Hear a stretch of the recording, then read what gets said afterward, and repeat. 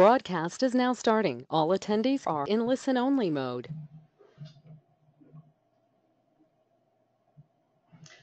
Thank you for joining Peter Worley and myself, Sandra Mundy, for our review of tax avoidance schemes, follower notices, accelerated payment notices, otherwise known as APNs, and their interaction with insolvency.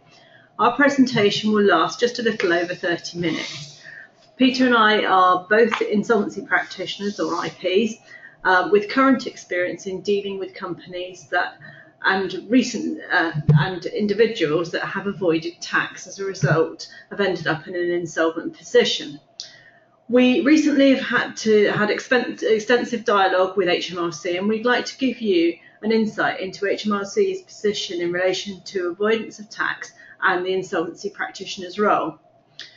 When an individual or a company has failed due to HMRC pursuing tax that has been avoided, it's likely that HMRC is going to be a sizable creditor in the insolvency and will want to influence the insolvency practitioner strategy in relation to recovery of monies for the benefit of creditors. So today we're going to have a look at a few things. So in terms of tax affairs, what's deemed to be acceptable and what's deemed to be not acceptable in terms of planning your tax. Who has been avoiding tax, a simplistic view of what tax avoidance schemes could look like, legislation that's been introduced to help stop avoidance, and HMRC's enforcement and attitude towards avoidance, and then insolvencies and what action might be taken by an insolvency practitioner to recover monies for the benefit of creditors. In a moment, I'm just going to be handing you over to Peter, but just before I do, I must warn you that Peter does have a cough at the moment, so if there are any Theresa May moments, I would be grateful if the audience could stand up and start applauding. But if you do want to hand either of us a P45, if you could do that at the end, that would be most useful. So, Peter, perhaps you might start by explaining to us what is acceptable in terms of tax planning and what is not. Thank you, Sandra. Well, as anyone who knows me will know, I'm certainly not a tax advisor, but nevertheless, our research reveals that HMRC's view of non-payment of tax falls into broadly three categories. The first of which is tax planning. So whether that strictly is non-payment of tax is a moot point, but it's routine tax compliant behaviour, which is following patterns designed by Parliament to either drive behaviour or stimulate economic activity. So, for example, simply putting money into a self-invested pension scheme or a company recovering R&D tax credits would be examples of using the legislation as Parliament intended and would be entirely acceptable in HMRC's eyes. By contrast, at the other end of the spectrum, there is tax evasion. This has always been illegal. It's the deliberate non-payment or underpayment of tax, which is a criminal activity and can result in criminal or civil prosecutions. In effect, fraud.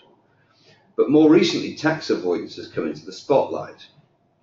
There is a line of thought, I think a widely held line of thought, in fact, that tax avoidance is not illegal. There's nothing wrong with it. But recent tax avoidance is now not deemed acceptable by HMRC. They regard tax avoidance as bending the rules to gain advantage that Parliament had never intended. It often involves a contrived or artificial transaction of little or no purpose other than to achieve the tax advantage. And I think here is an important point, because if there is a structure in place which has a commercial purpose, then that would not, on the face of it, fall foul of what HMRC are seeking to pursue. So in this presentation, we're going to be concentrating on, if in effect, aggressive tax avoidance and the insolvency implications that can arise, rather than looking at tax planning or tax evasion. We'll give a simple illustration, but obviously this can be a complex area. And if you have an issue, then specialist advice should, of course, be sought. So who has been falling foul of tax avoidance? Well, since 2012, when this came on the radar, there have been a list of well-known corporate names, the likes of Google, Amazon, Starbucks, Apple, who have been in the headlines over transfer pricing in particular and shifting profits between jurisdictions. In relation to individuals, there have been a number of high-profile cases reported in the press, notably recently Jimmy Carr, although he didn't get into any financial difficulty over it, has never ceased to end up apologising for his aggressive tax planning. And Karen Millen, the fashion designer, went bankrupt over a tax avoidance scheme. But this is not just about the rich and famous. HMRC's research indicates that in relation to individuals at least, the typical profile of a tax avoider is male, middle-aged, earning in excess of $100,000 a year, and using accountants to help him with his financial planning. To identify potential tax avoiders, legislation was introduced in 2014 under the Disclosure of Tax Avoidance Schemes, or DOTAS. This created an obligation to advise HMRC about schemes where these might have avoided tax. Typically, schemes are complex and will often involve the use of tax counsel to devise them. However, to facilitate an understanding, let's have a look at a simple illustration of what might be considered a typical disguised remuneration avoidance scheme. Let us say that in 2010, a director who was an employee of a small to middle-sized enterprise wanted to receive £100,000 paying as little tax as possible, or preferably none.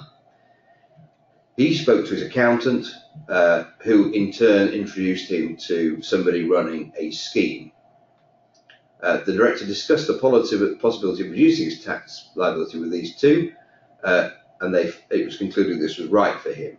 Now, the director would have received health warnings about the scheme, but the tax savings probably blinded him from the risks, and he signed up. So how did he avoid tax? Well, a trust was set up with the director as the beneficiary.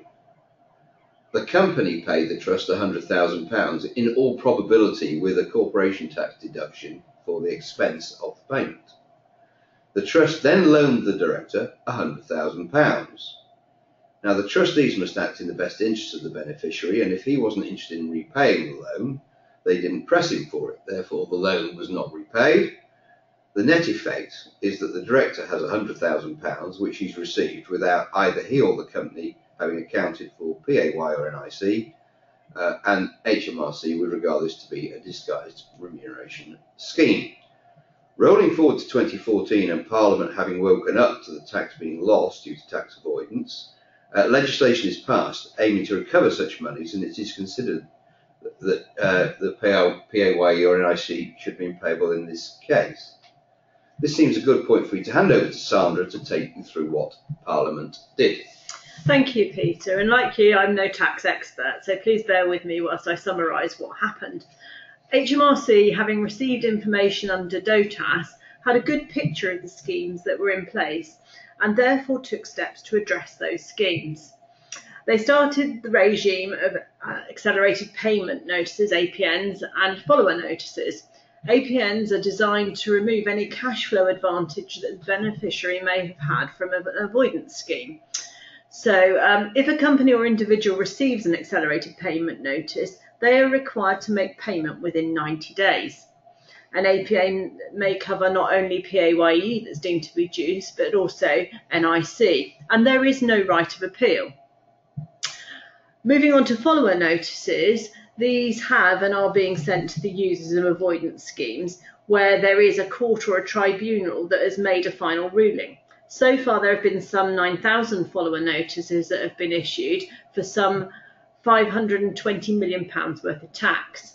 Recipients of follower notices can choose to either settle the case or they can push it to litigation. Recipients of follower notices can also receive APNs and penalties. HMRC have stated that their remit is to challenge those that won't pay and to facilitate those that can't pay. HMRC's counter-avoidance unit is fully staffed, and we're told there's some 800 officers that are clearing a backlog of something like 65,000 legacy tax avoidance cases. And I think this will be one of the reasons that we as insolvency practitioners are starting to see a significant number of clients with issues relating to avoidance schemes.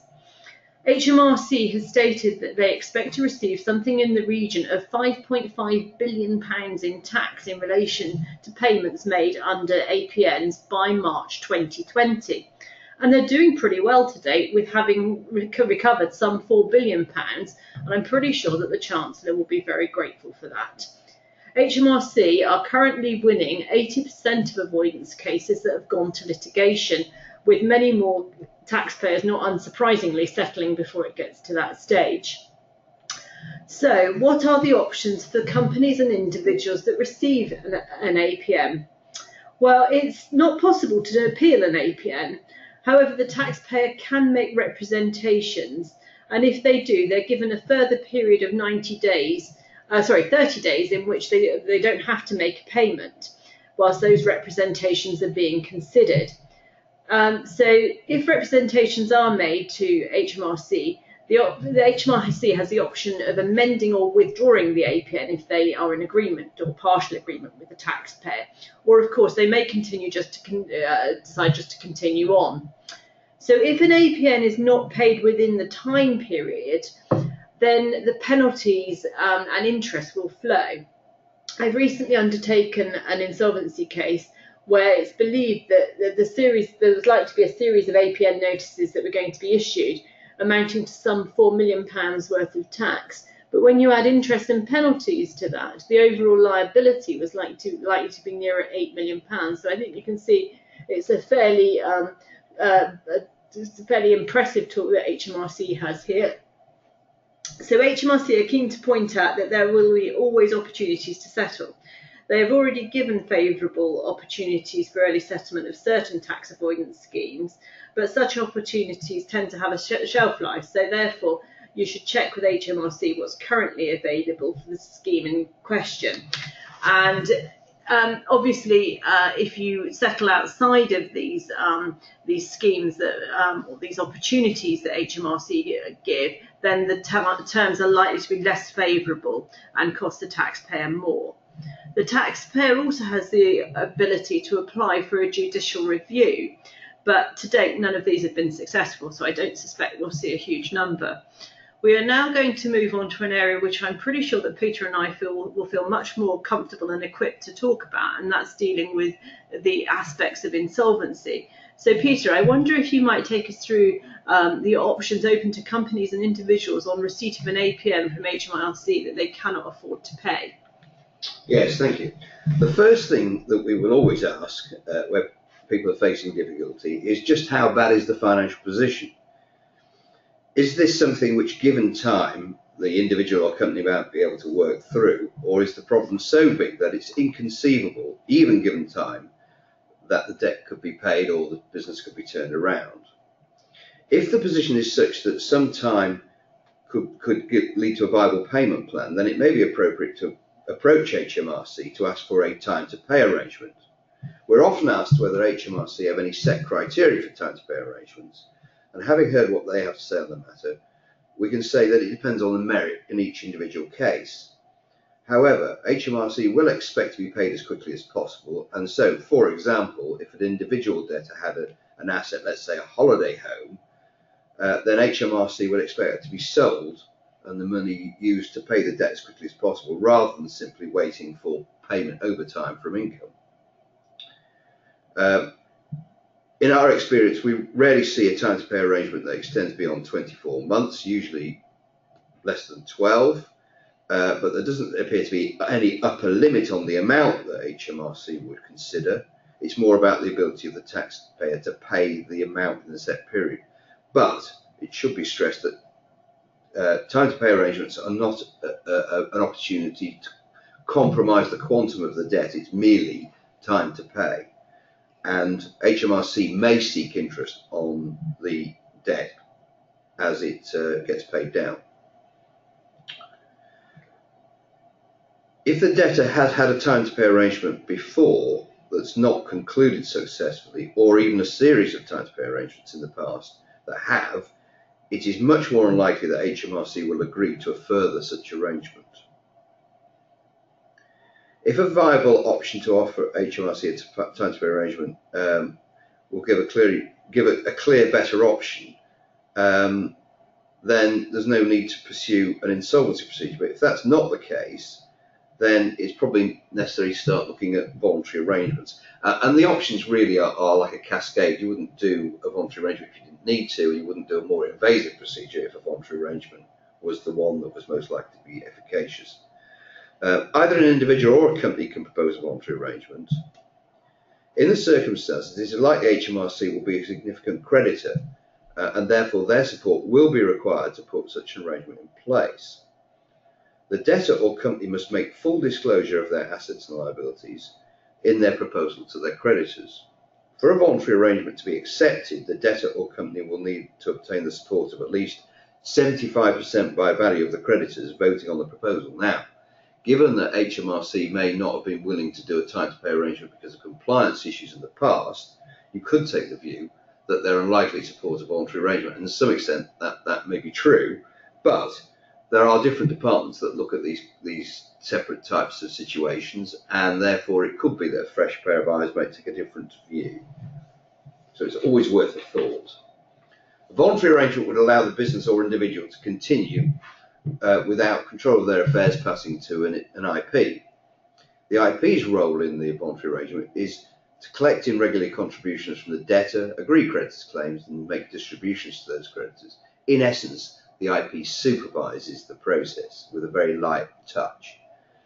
The IP does not review the conduct of any directors or of the debtor, and directors therefore need not have concerns if a voluntary arrangement is in place about any potential disqualification proceedings. In circumstances where there's been avoidance by a company and the beneficiary is the director, it is unlikely that HMRC will support the arrangement unless they are satisfied the director is making good the non-payment of tax to the fullest extent possible. The reason for this is that as there is no investigation, there's no ability for the supervisor of a voluntary arrangement to litigate to recover funds on behalf of creditors. So in effect, the arrangement in relation to a company becomes a look-through to the beneficiary, the director. The significant disadvantage with voluntary arrangements tends to be the impact on the business. It can impact on obtaining credit, it can cause reputational damage, and the length of time it takes to repay the debt can be a burden. A voluntary arrangement will typically last between 3 and 5 years, unless it is possible to pay the debt off in a shorter period. If a voluntary arrangement is not viable, then a company may look to enter into administration or liquidation. Administration offers the opportunity to preserve part or all of the business and the employment of staff within it. Disruption is often minimised by the insolvency practitioner marketing the business for sale and negotiating the sale ahead of the company going into administration, and then concluding the sale immediately on appointment, what is called a pre-pack sale. However, in some circumstances, the administrator may choose to trade the business on while looking for a buyer. Where HMRC is a significant creditor, then the IP is likely to want to speak to HMRC prior to selling the business and assets to take into consideration their views. Management may sometimes want to acquire the business of the insolvent entity, and there's nothing that prevents them from doing that. However, it's all about the best price, and if a third party makes a better offer, the IP is likely to want to pursue that sale rather than the connected party. Excuse me. In both administration and liquidation, the IP has a duty to review the conduct of the directors that held office in the 3 years prior to the date of insolvency. The purpose of this is twofold. Firstly, the IP must report to the Insolvency Service for their consideration in relation to disqualification proceedings. So if the directors have not kept the business compliant, they may be likely to face disqualification. Secondly, the IP must establish if there's any likelihood of there being funds that could be recovered for the benefit of creditors, and we'll speak about this in more detail shortly. For individuals that find themselves in financial difficulty, the alternative to a voluntary arrangement is bankruptcy. Bankruptcy results in the debtor's assets vesting in the trustee. The trustee will seek to realise those assets for the benefit of creditors, and for a cooperative debtor, discharge from bankruptcy could occur within 12 months, albeit that the debtor may be required to make a contribution from income for up to 3 years. HMRC's stated position is that petitioning for the bankruptcy of an individual or the liquidation of a company will be seen as a last resort, as they'd want to explore other options to recover monies in relation to APNs prior to that, either through cooperation or perhaps through some sort of distraint or execution over a debtor's asset. In our experience, both companies and individuals tend to get a better outcome, not only for their creditors, but for themselves by taking proactive action to address the insolvency without creditors needing to recourse to the pressure of a petition. We would therefore encourage anyone with clients with financial problems to approach HMRC at an early stage or to talk to an IP. HMRC is aware of some debtors and companies that are able to pay but unwilling to do so and may seek to use an insolvency process as a means to avoid paying. HMRC's insolvency specialists are alert to this and looking closely to ensure that those that can pay do. HMRC have also said that solvent liquidations are in the spotlight. At first blush, this seems a little odd, as a solvent liquidation is one in which all creditors get paid within 12 months together with statutory interest. However, HMRC at least think potentially there could be some scope for abuse of the solvent liquidation process. This may be overzealous on the part of HMRC, but there's a provision within the Insolvency Act that allows for the insolvency practitioner to advertise for creditors' claims, wait a requisite period of time, 21 days, and then make a distribution unfettered to the shareholders. HMRC therefore envisages that a situation could arise in which the company involved in an avoidance scheme has already distributed the monies to creditors before HMRC becomes alert to the situation. IPs have a duty to contact HMRC, and so if HMRC have got their affairs in order, this should come to light, but that is their concern. Alternatively, a dishonest shareholder or director may seek to hide the fact they have received an APN. In a solvent liquidation, however, a majority of the directors must sign a declaration of solvency stating the company can pay all its debts with statutory interest within a year. If the director swears such a declaration without having grounds for doing so, he commits a criminal offence. And I think that's a big deterrent. So during the course of the solvent liquidation, if during the course of the solvent liquidation, the liquidator forms the view that the company is insolvent, then he must convert that liquidation from a solvent liquidation to an insolvent one. Once the company is entered insolvent liquidation, then the liquidator will conduct the sort of investigation we talked about earlier and may seek repayment of distributions made to shareholders during the preceding solvent liquidation. So, Sandra, you have some recent dealings with HMRC in relation to insolvency and avoidance issues. Would you like to run through what HMRC's current thinking is and what this might mean for businesses and individuals facing insolvency? Thank you, Peter. Yes, HMRC's position in relation to insolvency and avoidance issues is pretty clear. They keep reiterating that they will be challenging those that won't pay and facilitating those that can't pay. And to this end, HMRC has set up a specialist unit dealing with insolvency and avoidance issues. And this employs some 50 professionals, and they're not only employing tax specialists there, but they're also employing insolvency practitioners and solicitors. So I think they're really determined to get this tax in if they can.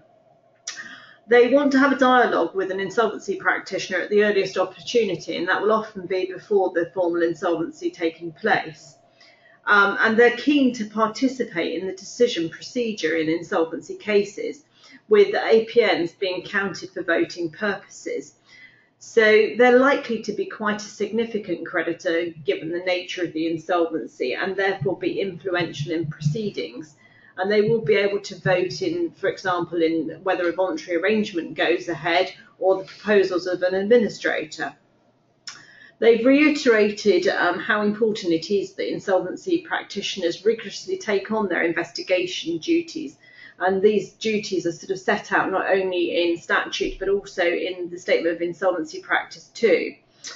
They are very keen to work with insolvency practitioners, offering them information that they hold, especially where the insolvency practitioner is really struggling to obtain information from either the company or the individual. And they have actually pledged some funds as well to help with this investigation work. So they've said that they will fund, for example, counsel's opinion. But what they won't do, and this is sadly for Peter and I, they won't fund insolvency practitioners' fees.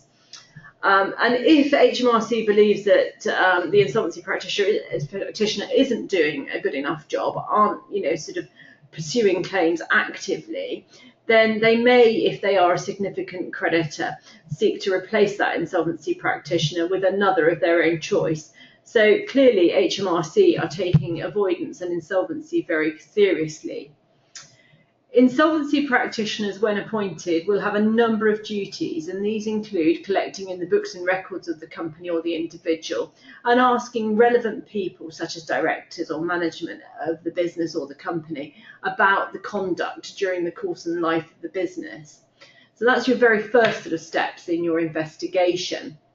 And then we will also then, having done that initial steps and seen whether there's anything that needs further investigation, we will then consider whether litigation is an appropriate route to recover monies for the benefits of creditors. The insolvency practitioner also adjudicates on creditors' claims. So I can see that this may pose a number of difficulties for us as IPs. Where a company has been issued with an APN but has not agreed settlement terms prior to going into an insolvency procedure, then the IP will need to adjudicate on HMRC's claim. The IP will not make a distribution to creditors until he's satisfied that all claims are valid. And whilst HMRC have been very successful in getting businesses to pay on receipt of an APN, clearly if there's an intervening insolvency, then the insolvency practitioner will not be in a position to pay an APN during the course of the liquidation, but will obviously look to pay out a distribution to all creditors at a single point or a number of points in time. In circumstances where similar cases to the avoidance case that you're looking at the time are being challenged either by a tribunal or in the courts, then the insolvency practitioner may decide to adjudicate on that claim after the result of that case is known. Clearly, if the taxpayer wins that similar case, then HMRC's claim in the insolvency is likely to be rejected or reduced. And I can see a circumstance in which shareholders will then receive a distribution from what would otherwise have been an insolvent estate. Therefore, if there is any question as to whether HMRC will be successful, the IP, I think, will be foolhardy to admit their claim early and pay a distribution, as they're likely to receive either criticism from other creditors whose distribution will have been diluted or from shareholders who don't receive a return. Therefore, I think some of these insolvency cases could be quite protracted. Peter, I've spoken quite a bit about litigation, but I wonder if you might just talk our guests through the types of litigation the insolvency practitioner might contemplate. Okay, thank you, Sandra. Well, prior to embarking on litigation, the IP will need to consider three things: the strength of the case, the likelihood for recovery, and how the case will be funded. The most obvious area for litigation in relation to avoidance case would appear to us to be a claim for misfeasance against one or more of the directors, particularly if the director is the beneficiary of the tax avoidance scheme. Misfeasance can be summed up as not acting in the best interests of the company. In an avoidance case, it's easy to see that the transfer of money to a trust, for example, such as we looked at earlier, might not be in the best interest of the company, because it's hard to see what benefit the company got for that transaction. And one could also imagine that a director, as the controlling mind of the company, might be criticised for failing to operate properly a PAYE and NIC regime in relation to remuneration paid to him, and that was not in the interest of the company. There have been a number of successful misfeasance claims brought by HMRC as a creditor in its own right, or by IPs. But alongside misfeasance, another possible avenue would be to challenge the payment to the trust in the example we had as a transaction to undervalue. Transaction where funds are transferred from the company to the trust is unlikely to be for a valid reason, and therefore could be seen as a gift or at an undervalue. In such circumstances, the IP may consider bringing a claim, albeit that there are some fairly strict limits. So to a director, you'd have to bring that claim within 2 years. Another potential area might be to look at provisions of the Insolvency Act which deal with transactions defrauding creditors. This is an action which could be brought not just by an IP but by anybody disadvantaged, such as a creditor. However, in such circumstances, it will be necessary to demonstrate that the company was seeking to put the asset concern beyond the reach of creditors, and I think that could be the problem in relation to what was an avoidance activity, because that was attempting not to crystallise the liability in the first place, rather than to put an asset beyond the reach of creditor for a liability. There are no time limits in relation to transactions of an undervalue, so transactions before any creditors, as there will be with the transactions of an undervalue. HMRC have also mooted the possibility there might be a possibility of bringing a claim in relation to illegal returns of capital.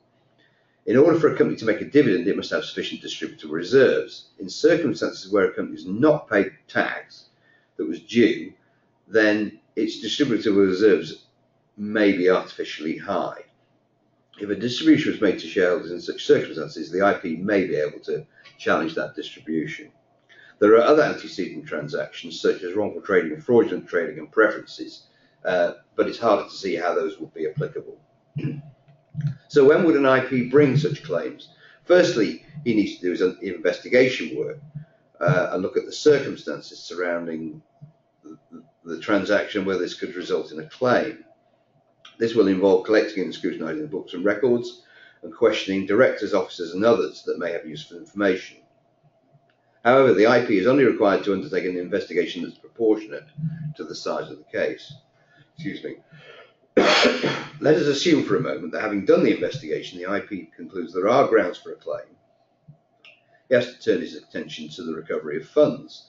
So if the director concerned who had the benefit of the loan from the trust has in fact gone bankrupt because of personally guaranteeing bank debt to the company, then actually there's not going to be an action that's worth bringing. Sometimes, however, tracing agents might be engaged to look into the circumstances of a target just to establish that no asset has been overlooked. Having undertaken this initial investigation and assessment of the ability to recover, the IP will instruct specialist insolvency solicitors to advise further. The IP also needs to be mindful of how to fund the litigation.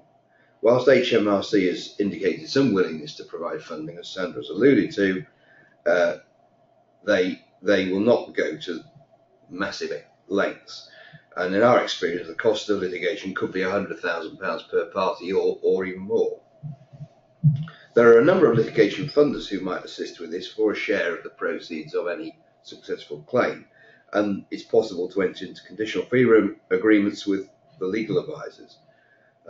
But even in those circumstances, the insolvency practitioner may need insurance cover against the risk of adverse costs in the event that he loses the claim against the director or whoever he's pursuing.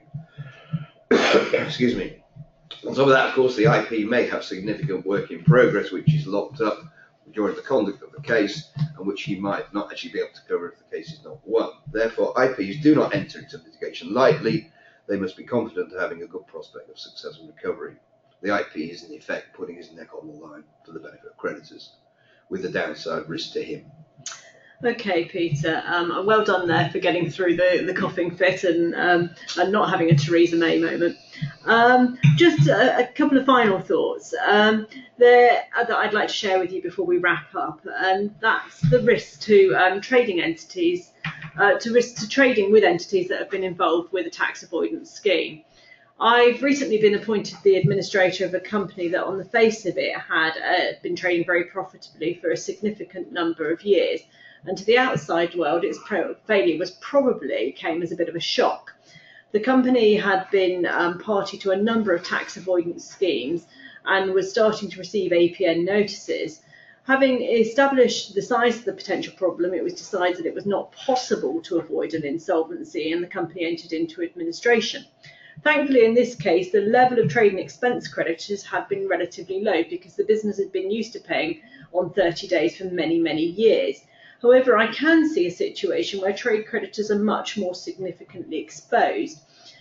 So when extending credit to businesses alongside the normal credit checks that you might want to undertake, you might want to consider reviewing the accounting history of the business and seeing if an appropriate level of tax appears to have been paid on the profits made by the business. And if not, you might want to ask a few more questions. So I hope this has been an informative presentation. And clearly we've only just been able to scratch the surface here of tax avoidance and its interaction with insolvency. But if anybody has a question that they want to post now, Peter and I will try to answer them. I'll just wait for a moment or two to give you the opportunity to post a question. Well, Peter, you know what? I think we might have covered it all. So thank you for your questions. Well, not having any questions, in fairness. I'm reading a script here. It's obvious, isn't it? But if you do want to discuss or have any questions, then please do give Peter and I a call, and we'll be happy to chat through with you. And thank you very much for attending our webinar. This will be uploaded to our website should you want to listen to it again, or if you enjoyed it that much, to recommend it to your friends and colleagues. Thank you. Goodbye.